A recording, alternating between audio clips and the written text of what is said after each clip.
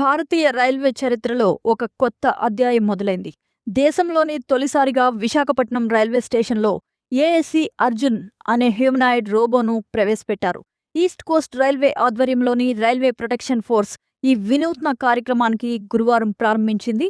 Railway కార్యకలాపాల్లో ఆధునిక టెక్నాలజీని వినియోగించడంతో పాటు ఇది ఒక మైలురాయిగా నిలవనుంది. ప్రయాణికుల భద్రతా ప్రమాణాలను మెరుగుపరచడంతో పాటు వారికి మెరుగైన సేవలు అందించడమే లక్ష్యంగా ఈ రోబోను అందుబాటులోకి తెచ్చినట్లు తెలుస్తోంది.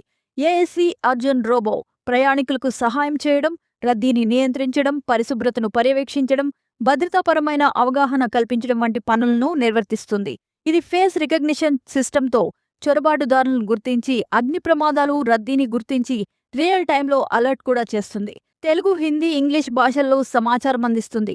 రైల్వే ప్రొటెక్షన్ ఫోర్సును ఆధునీకరించే ప్రయత్నాల్లో భాగంగా ఈ రోబోను ప్రవేశపెట్టారు. ఈ రోబోను పూర్తిగా విశాఖపట్నంలోనే దేశీయంగా డిజైన్ చేసి అభివృద్ధి చేశారు.